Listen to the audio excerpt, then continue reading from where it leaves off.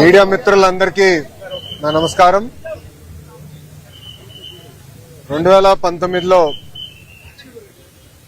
Telugu Desam party ఆనాడు ఓడిపోయినప్పుడు కావాలని తప్పుడు వార్తలు రాసి వ్యక్తిగతంగా నన్ను డిఫేమ్ చేయాలని ఆనాడు నా ఫోటో పెట్టి కింద క్యారికేచర్ పెట్టి ఏకంగా నేను విశాఖపట్నానికి వచ్చినప్పుడు 5 సంవత్సరాల్లో లాంజ్లో స్నాక్స్ కి సుమారుగా 25 లక్షల రూపాయలు ఖర్చు పెట్టానని ఒక టైటిల్ పెడతాం జరిగింది.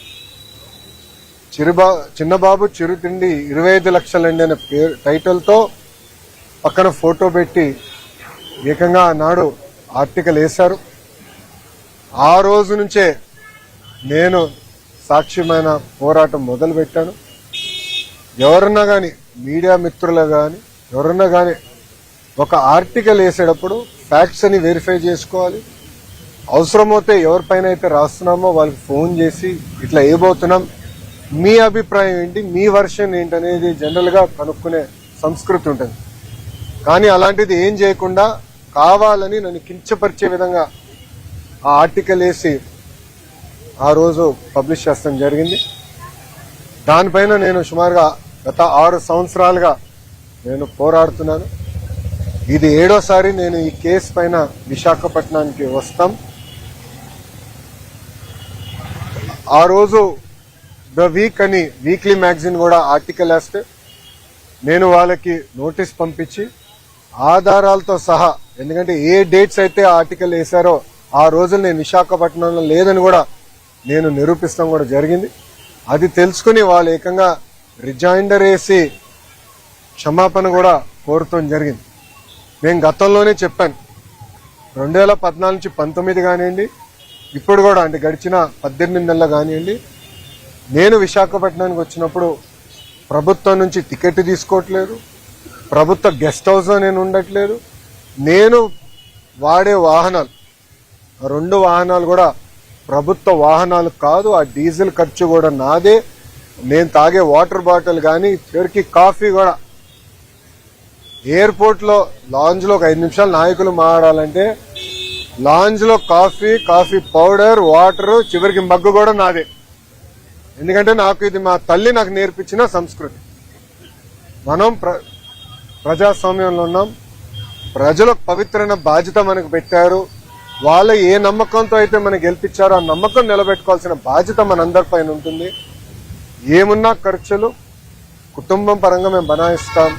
నేను గతంలోనే చెప్పాను, ఇంట్లో అమ్మ బ్రహ్మని సంపాదిస్తే బాబు గారు నేను ఖర్చు పెడుతున్నా అని. మా క్రెడిట్ కార్డు బిల్లు కూడా వాళ్ళే కడతాం జరుగుతుంది. సో ఒక పారదర్శకంగా నిలబడాలన్న ఆలోచనతో మేము చేస్తున్నాం. ఇక్కడ మీడియా మిత్రులు కూడా తెలుసు, నేను ఎప్పుడు విశాఖపట్నంకి వచ్చినా గవర్నమెంట్ ప్రోగ్రామ్ వచ్చినా కూడా నేను తెలుగుదేశం పార్టీ కార్యాలయంలో ఆనాడు పాదయాత్రకు వాడిన బస్సులోనే మేము పడుకుంటా పొద్దున్నేసి కార్యకర్తలు కలిసిన తర్వాతనే ఏ కార్యక్రమానికి అయితే నేను బయలుదేరతాం కూడా మీరందరూ చూస్తాం జరుగుతుంది. సో క్రమశిక్షణ, ఒక పట్టుదలతో ప్రజలకు సేవ చేయడానికి నేను రాజకీయాల్లోకి వచ్చాను. అందుకే తప్పుడు వార్తలు రాసినప్పుడు నాకు చాలా బాధ కలిగింది. క్యారికేచర్ వేసి, అంటే పైన నా ఫోటో కింద క్యారికేచర్ వేసి నన్ను కించపరిచే విధంగా చేసినప్పుడు దీని మీద పోరాడాలని ఆనాడే నేను నిర్ణయించాను. తప్పుడు రాతలపైన తప్పనిసరిగా నాడు నేడు ఎప్పుడు నేను పోరాడతాను. 2 కాదు, 3 కాదు, 5 కాదు, ఇంకో సంవత్సరం ఎక్కువ పెట్టినా న్యాయం నా వైపు ఉందని నేను బలంగా నమ్ముతున్నాను. నేను గెలుస్తానని కూడా నేను నమ్ముతున్నాను. ఎందుకంటే నేను ఏనాడు తప్పు చేయని వ్యక్తి, నేను చేయబోను కూడా. సో ఇప్పుడు మీడియా మిత్రులకి ఏమైనా ప్రశ్నలు ఉంటే దానికి సమాధానం చెప్పేదాన్ని నేను సిద్ధం.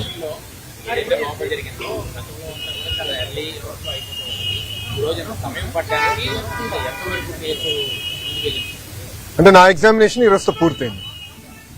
సో నెక్స్ట్ టైం వైజాగ్ వచ్చినప్పుడు వేరే కంపెనీల కోసం వస్తాను.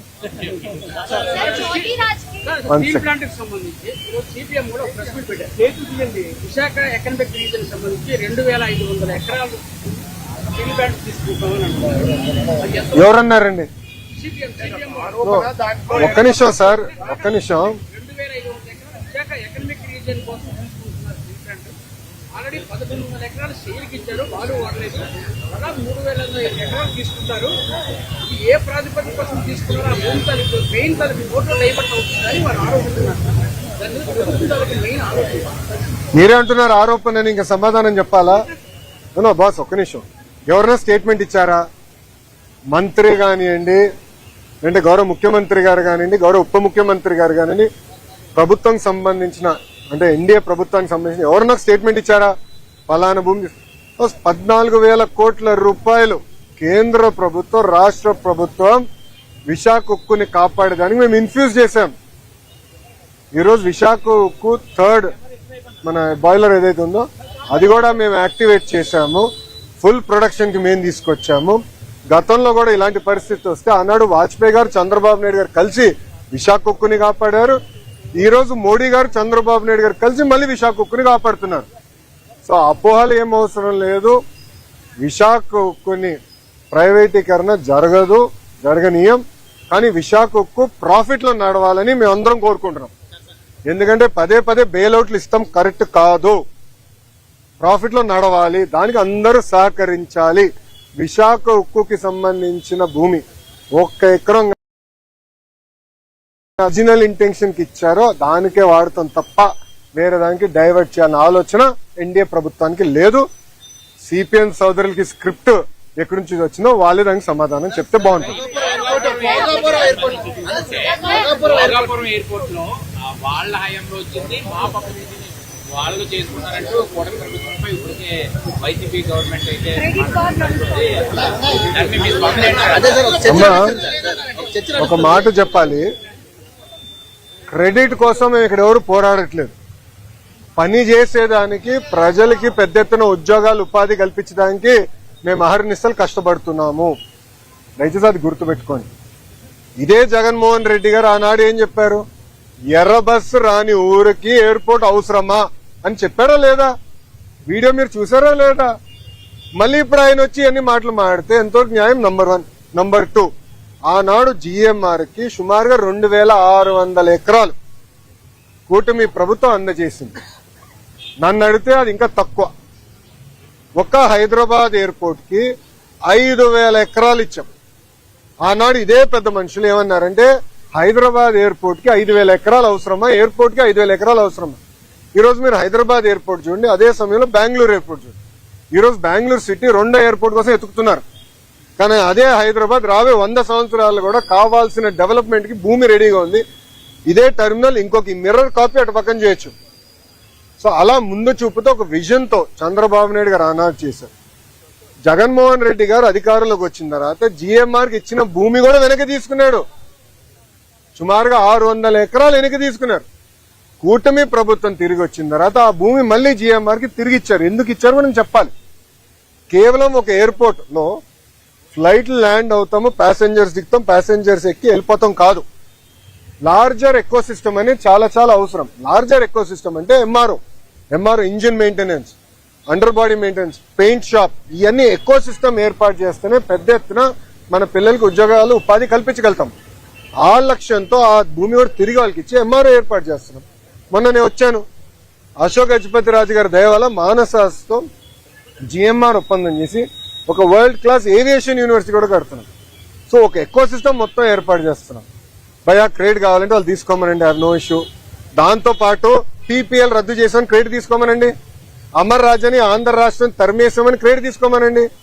ఆనాడు అనేక కంపెనీల పైన లేబర్ అని, మన పొల్యూషన్ అని, అంతెందుకు మా అధ్యక్షులు వాళ్ళకి కమర్షియల్ కాంప్లెక్స్ అన్ని పర్మిషన్లు ఉన్నా కూడా పగలగొట్టారు కదా, ఆ క్రెడిట్ కూడా తీసుకోమని భయ్, నో ప్రాబ్లం. చెప్పమ్మా, లేడీస్ ఫస్ట్.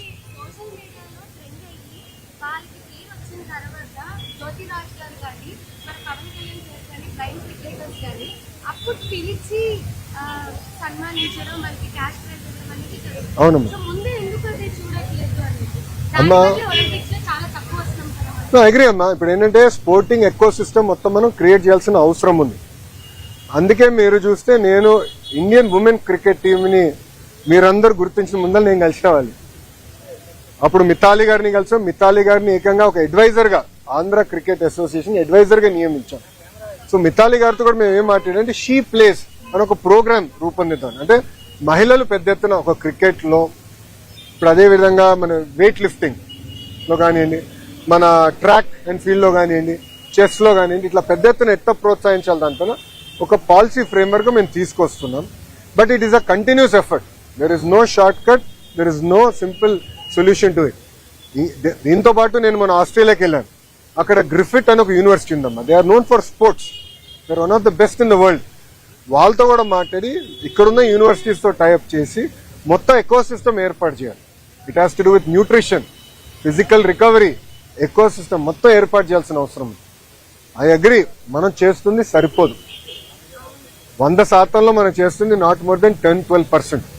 కానీ కూటమి ప్రభుత్వం కనీసం గుర్తిస్తుంది. శ్రీచరణిని గుర్తించింది, బ్లైండ్ క్రికెటర్స్ ని గౌరవ ఉప ముఖ్యమంత్రి గారు గుర్తించారు. ఇట్లా నేను కొంతమంది గుర్తిస్తున్నా. చేసి వాళ్ళు కూర్చోబెట్టి వాళ్ళ గతంలో పడిన కష్టాలు ఏంటి, అది వేరేకి అంటే వేరే పిల్లలు ఇబ్బంది పడకుండా ఎట్లా చేయాలి, ఎకో సిస్టమ్ ఎట్లా ఏర్పాటు చేయాలి వాళ్ళు కనుక్కుని we are trying to create an ecosystem. అది ఓవర్ నైట్ అవుట్ అవుతుంది. It requires a lot of effort. Stree Shakti ఉచిత బస్సు పథకాన్ని తీసుకొచ్చింది. అయినప్పటికీ చాలా వరకు కూడా బస్సు సెంటర్లో బస్సులు నిలపకపోవడం వల్ల గర్భిణీలు కూడా బస్సులు వెనక పరుగులు తీయాల్సినటువంటి పరిస్థితి వస్తుంది. ఒకవైపు చూసుకుంటే ఆ డీటెయిల్స్ మాకు ఇవ్వండి సార్. ఆ డీటెయిల్స్ మాకు ఇవ్వండి. ఎక్కడ ఆగట్లేదో కొంచెం డీటెయిల్స్ ఇస్తే వీల్ కరెక్ట్. అంతేగాని ఆపాలనేది రూల్ ఉంది, we'll correct. No issue sir. Construction start అయిపోతుంది.